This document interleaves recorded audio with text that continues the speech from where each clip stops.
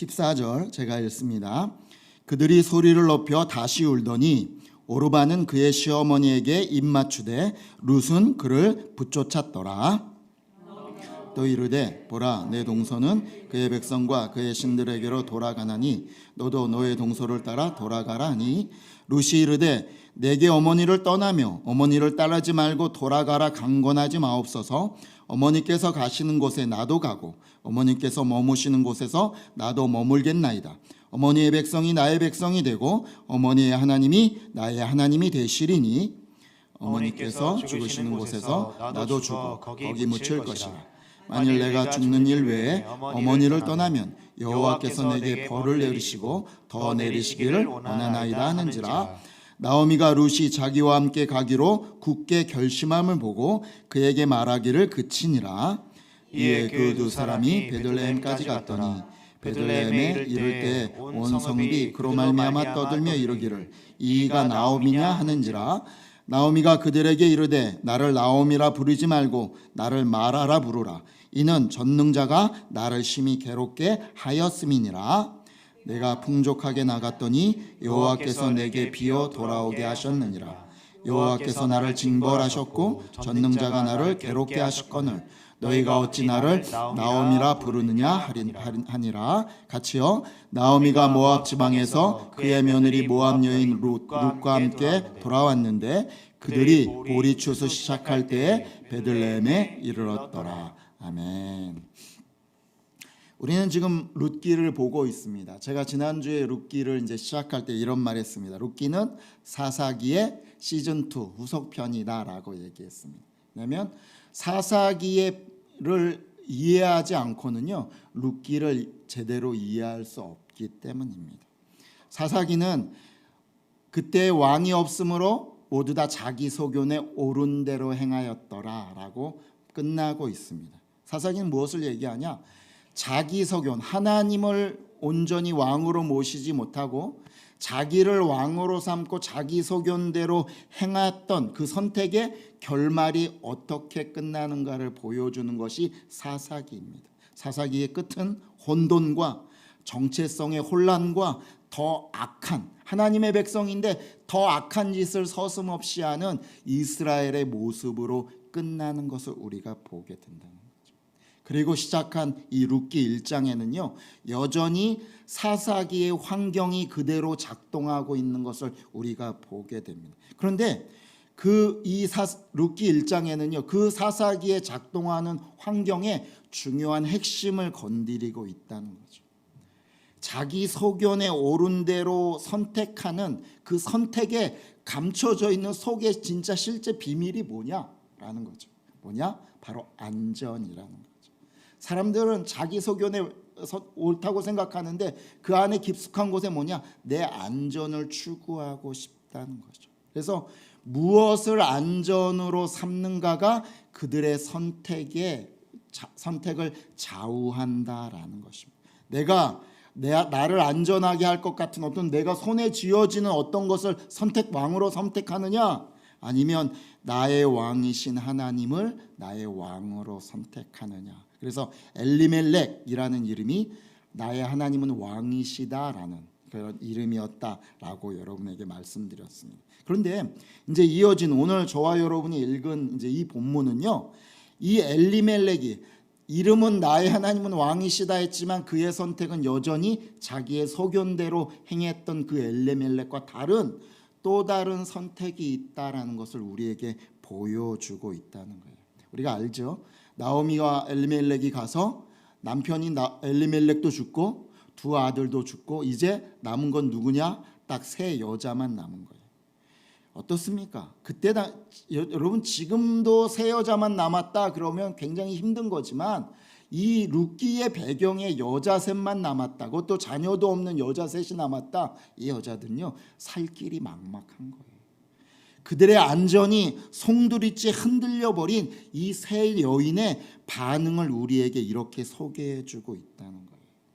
이제 하나님께서 베들레헴에 양식을 주셨다라는 소식을 듣고는 나오미가 이제 돌아가려고 합니다. 그러니까 처음에는 두 며느리가 이제 어머니 저희도 따라가겠습니다라고 한 거예요, 그죠? 그랬더니 나오미가 극구 말리죠. 내가 너희를 같이 데려갈 이유가 없다. 내게 지금 자식이 있는 것도 아니고 너희가 또 뭐 결혼해서 자식을 지금 낳을 수 있는 것도 아니고 너희는 그냥 너희가 너희 나의 민족도 아니니까 너희 민족에 가서 젊은 남자를 만나서 너희가 결혼을 해라라고 자꾸 종용하면서 보냅니다. 그러니까 어떡하냐? 오르반은 어떡하죠? 할 수 없이 자기의 갈 길을 선택을 한다는 거예요. 제가 지난주에 얘기했죠. 이 지금 룻기에는 할 수 없이와 그래도가 작동하고 있는데 오르반은 여전히 할 수 없지 뭐 맞지 내가 이렇게밖에 선택할 수 없지 당연한 것을 선택하고 갑니다.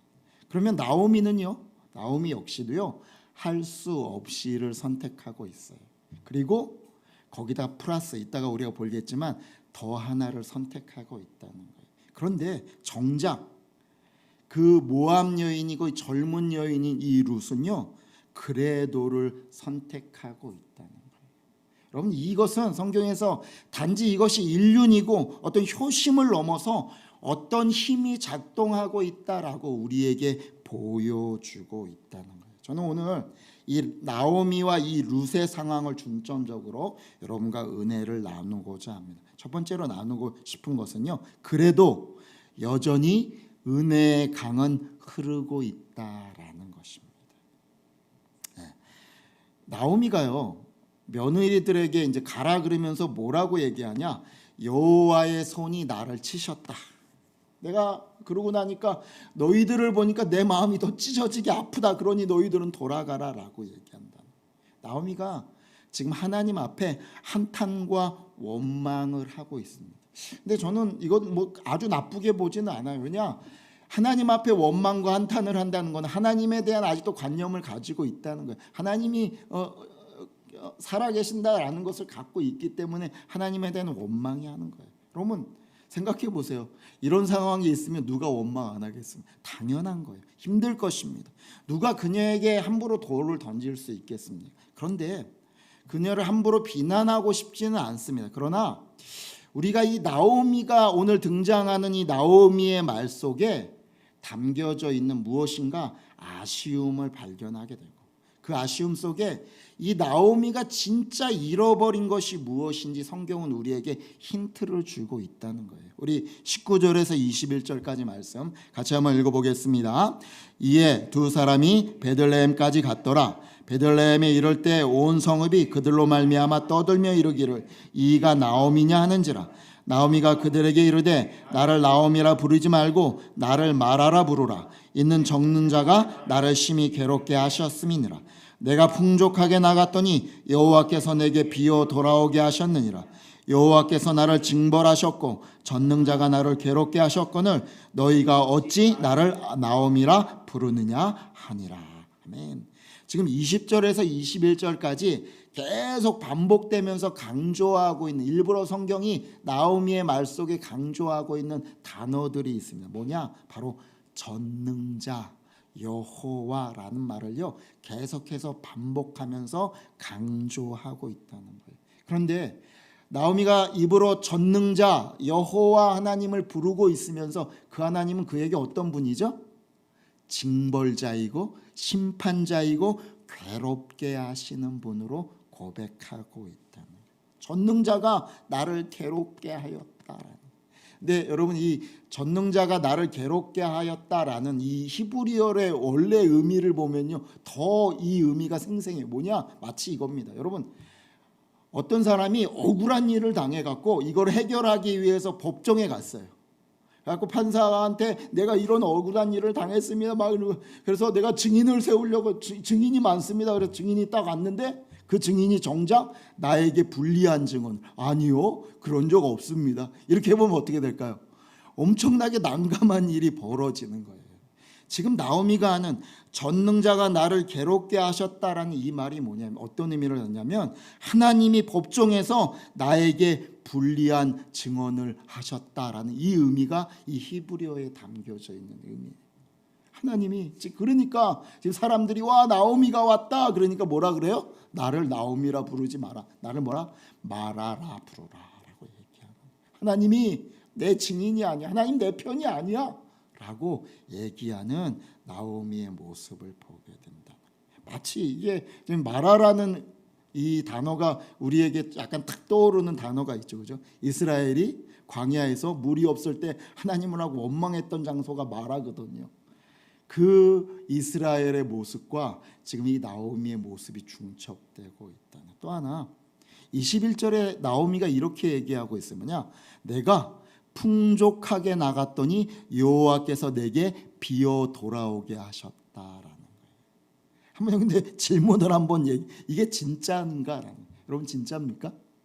나오미가 진짜 풍족하게 나갔다가 하나님이 텅 비게 해서 지금 돌아왔을까요? 물론 그렇게 생각할 수 있을 거예요.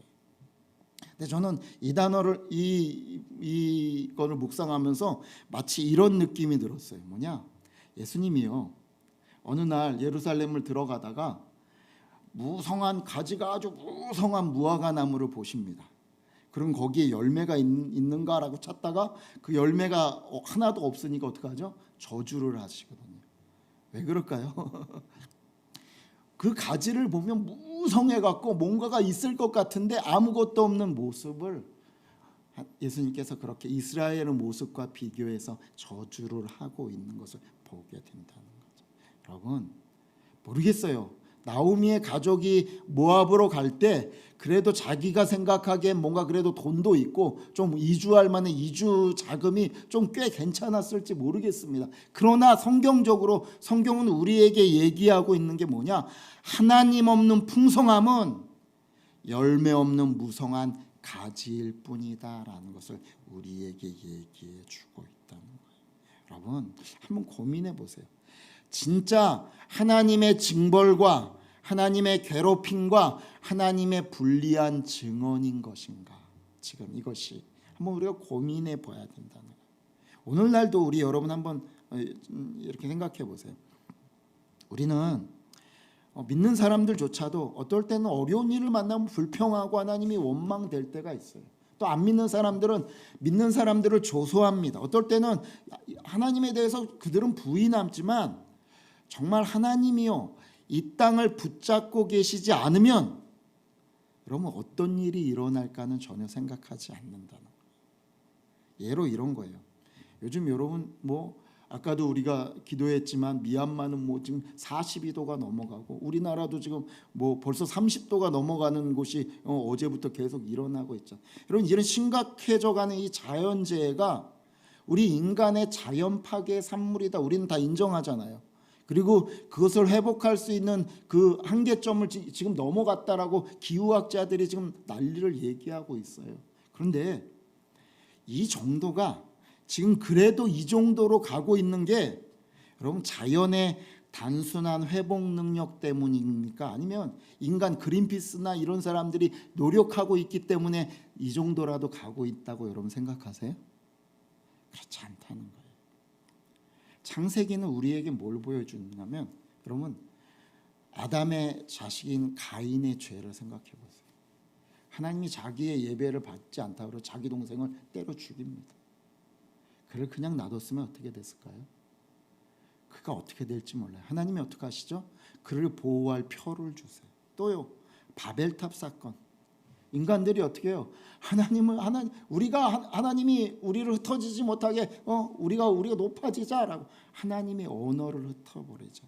노아 홍수는 이게 창세기가 뭘 보여주냐면 하나님 없이 하나님이 개입하시지 않고 인간의 죄성 그대로 놔두면 인간의 타락과 망가짐이 얼마나 급속도로 모든 세상을 망가뜨리고 있느냐를 성경이 우리에게 그 몇 장 사이에 분명하게 보여주는 거예요. 여러분 인간이 그냥 인간의 죄성을 그대로 놔두면 거기에 하나님이 한순간도 개입하지 않고 이 땅을 그냥 놔두어 보시면 어떻게 된다? 네, 지금보다 훨씬 더 이 땅은 망가질 수밖에 없다는 거예요. 여러분 하나님의 막으심과 경고하심과 인도하심이 없으면요 이 땅은 지금 이대로도 흘러갈 수 없는 심각한 상황이라는 것을 우리는 인정해야 된다는 거예요. 산길을 걷다가 여러분이 산길을 걷다가 앞에 어떤 경고판이 딱 떴습니다. 뭐라고 딱 떴냐? 위험, 돌아가시오. 앞은 절벽이고 집안이 굉장히 약합니다. 돌아가시오. 딱 경고판이 떴어요. 근데 그 경고판을 딱 보더니 아니 저 경고판이 왜 내 길을 막아? 이러고 막 그 경고판하고 싸우는 사람이 있습니까? 없지요. 휴 살았다 그러고 돌아갈 거예요. 나오미는요 지금 못 보고 있는 거예요. 그것이 하나님이 우리를 막으시고 징벌하시고 괴롭히고 나에게 불리한 증언을 하고 있는 것이 아니다라는, 여전히 하나님이 그 나오미와 이 룻을 향한 은혜의 강으로 그들을 붙잡고 계시기에 지금 이렇게 돌아와 있다라는 것을 나오미가 모르고 있다는 거죠. 그럼 반면에 성경은 이렇게 얘기하고 있어요. 누가 내 삶 가운데 흐르고 있는 이 은혜의 강을 누리는가라고 우리에게 또 얘기해 주고 있다는 거예요. 하나님의 은혜의 소식을 나오미가 듣습니다. 그것을 은혜의 소식인지 그녀는 간파하지 못했던 것 같아요. 하나님의 백성에게 양식을 주었다라는 소식을 듣고 은혜의 땅에 돌아왔지만 나오미는요 그 은혜를 누리지 못합니다. 원망과 한탄이 가득해 있어요. 그러나 룻은요 굉장히 이상한 반응을 하고 있다는 거예요. 14절에 한번 제가 읽겠습니다. 그들이 소리를 높여 다시 울더니 오르바는 그 시어머니에게 입맞추되 룻은 그를 붙쫓았더라라고 얘기하고 있어요. 근데 여기 특이한 게 붙쫓았더라라는 이 단어가 우리 번역도 좀 특이하죠, 그죠? 근데 이 붙쫓았더라라는 이 히브리어 단어 다바크라는 이 단어가요 굉장히 특이한 단어예요. 어떤 단어냐면 결혼 서약을 할 때 쓰는 단어예요. 창세기 2장 24절에 하나님이 아담과 하와를 만들고 뭐라 그러냐? 남자가 각자 부모를 떠나 한 몸을 이룰 것이다. 합하여 한 몸을 이룰 것이다 라고 할 때 쓰시는 단어가 이게 바로 다바크라는 단어라는 거예요. 여러분 결혼 서약하면서 다 한 번씩은 다 들어보셨죠? 기쁠 때나 슬플 때나 아플 때나 건강할 때나 부유할 때나 가난할 때나 어디를 가든지 함께하고 서로 채워주고 사랑하기를 서약하십니까? 아멘. 우리 했던 그 서약을요 할 때 그 단어가 다바크라는 단어를 지금 나오미가 그 자기 시어머니를 이런 마음으로 붙잡고 있다라는 단어를 일부러 쓰고 있다는 그 이유가 우리 16절과 17절을 읽어보면 알게 된다는 거예요. 16절과 17절 말씀 같이 읽겠습니다. 룻이 이르되 내게 어머니를 떠나며 어머니를 따르지 말고 돌아가라 강권하지 마옵소서. 어머니께서 가시는 곳에 나도 가고 어머니께서 머무시는 곳에서 나도 머물겠나이다. 어머니의 백성이 나의 백성이 되고 어머니의 하나님이 나의 하나님이 되시리니 어머니께서 죽으시는 곳에서 나도 죽어 거기 묻힐 것이라. 만일 내가 죽는 일 외에 어머니를 떠나면 여호와께서 내게 벌을 내리시고 더 내리시기를 원하나이다 하는지라. 지금 이 말이 그냥 표면적으로 들리는 것은 내가 어머니를 잘 따르고 어머니를 잘 봉양하겠다라는 말로 들리지만 사실은요 이 안에는 엄청난 고백이 드러나는 거예요. 여러분 그때 당시에는요 지역은 어떤 사람이 자기가 살던 나라를 떠난다라는 것은요 그냥 요즘 우리가 지금 뭐 이민해 갖고 저 중국으로 가거나 뭐 미국으로 간다는 이런 의미가 아니라 나라를 옮긴다라는 것은요 자기의 모든 것을 바꾼다. 특별히 자기가 섬기고 있는 신을 바꾼다라는 의미를 담고 있는 거예요. 지금 뭐라고 얘기하냐? 그의 나라와 그녀가 룻이 섬겼던 그의 나라와 그의 신을 떠나서 그는 하나님과 하나님의 나라를 따르겠다는 언약적 관계를 지금 붙들고 있는 룻의 모습을 보겠다는 거예요. 여러분 하나님은 이렇게 우리에게 얘기하고 있는 거예요. 하나님은 누가 하나님의 백성인가라고 얘기해요. 나중에 신약에 우리가 이방인들도 하나님의 백성이 될 수 있다. 우리는 신약에만 이게 써 있다고 얘기했는 줄 알지만 이미 룻기에도 하나님이 이 이야기를 써놓고 있는 거예요. 누가 하나님의 백성이 되는가? 어떻게 하나님이 백성이 될 수 있는가? 이미 여기서도 얘기하고 있는 거예요.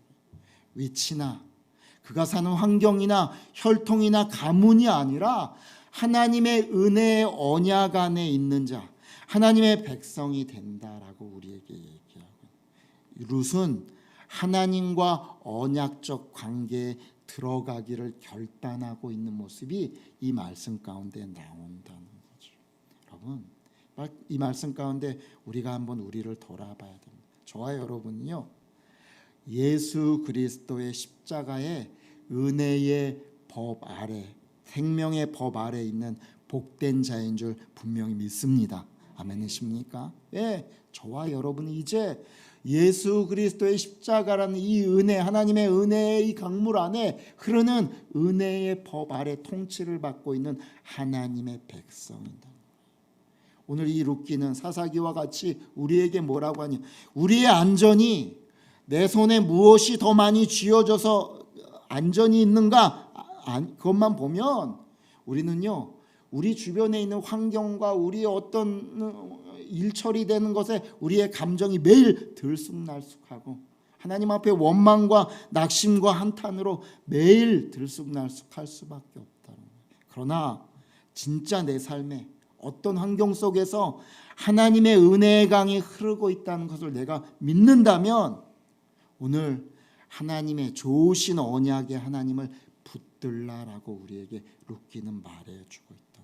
여러분, 오늘도 여러분과 저의 삶 가운데 흐르고 있는 하나님의 이 은혜의 사랑의 언약을 붙드는 저와 여러분 되기를 간절히 소원합니다. 그러면 여전히 내 삶을 인도하시는 하나님의 은혜의 강을 우리도 경험하게 될 것이다라고 룻기는 우리에게 오늘 말해주고 있는 것입니다. 우리 22절 말씀 같이 한번 읽겠습니다. 나오미가 모압 지방에서 그의 며느리 모압 여인 룻과 함께 돌아왔는데 그들이 보리 추수 시작할 때 베들레헴에 이르렀더라. 1장 마지막은요 이렇게 끝나고 있어요. 여기 대단한 놀라운, 여러분 앞에 한 절만 보면요 가련한 두 여인이 등장하는 거예요. 그러나 뒤에 한 절을 보면 보리 추수 때 이 가련한 여인들이 어디에 와 있어요? 베들레헴에 와 있다.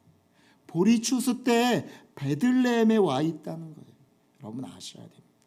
하나님은, 나오미가 얘기하죠. 내가 풍족하게 갔다가 텅 비어서 왔다라고 얘기하는데 하나님이 이렇게 얘기하시는 거예요. 얘야, 너의 그 텅 빈 속에 내가 은혜를 채울 것이다라고 말씀하고 있는 거예요. 여러분, 하나님은 우리의 텅 빈 영혼과 텅 빈 삶에 당신의 사랑이신 예수 그리스도로 채우시는 분이십니다. 하나님은 그냥 우리를 괴롭게 하는 분이 아니시라 오히려 자신의 아들을 죽이시면 그 괴로움을 당신이 감내하시면서 참으시면서 우리에게 한없는 은혜를 베푸시기를 기뻐하시는 하나님이시다라고 말씀하고 있습니다. 오늘도 우리의 삶 가운데 룻기가 오늘 우리와 여러분과 저에게 도전하고 있습니다. 여러분, 우리의 안전인 것 같이 보이는 내 손에 잡힌 것을 바라보지 말고 오늘도 저와 여러분의 삶 가운데 예수 그리스도 안에서 우리에게 약속하시고 흐르고 있는 이 은혜와 사랑의 언약을 오늘도 붙들고 그것 가운데 서서 하나님의 은혜와 오늘도 공급하시는 생명과 새힘을 여러분이 공급받는 저와 여러분 되기를 주의 이름으로 간절히 축복합니다. 아멘. 주님만이 오늘 나의 영적 기근을 풍족함으로 바꾸실 수 있는 분이십니다. 사랑하는 성도 여러분, 그분의 은혜의 언약을 오늘도 그 말씀을 붙드는 저와 여러분 되길 바랍니다. 그리고 여러분에게 주어주시는 은혜의 생수와 새 힘을 경험하는 우리 모든 성도 되기를 주의 이름으로 축복합니다. 아멘. 기도하겠습니다. 하나님 아버지, 오늘도 룻기를 통해서 우리의 삶이 어떤 환경일지라도 우리의 삶 가운데 하나님의 은혜의 강이 흐르고 있음을 바라볼 수 있게 하신 것 감사합니다. 오늘도 하나님의 은혜의 약속, 예수 그리스도 안에 주시는 그 생명의 약속을 붙잡고 하나님을 만나고 기도하는 우리 모두가 될 수 있도록 도와주시고 오늘도 부으시는 그 생수와 은혜를 세임을 경험하는 우리 모두가 될 수 있도록 인도하여 주시옵소서. 만나 주시옵소서. 예수님의 이름으로 기도드리옵나이다. 아멘. 하나님 앞에 오늘도 충만하게 기도하고 돌아가는 여러분 되길 바랍니다. 기도합니다.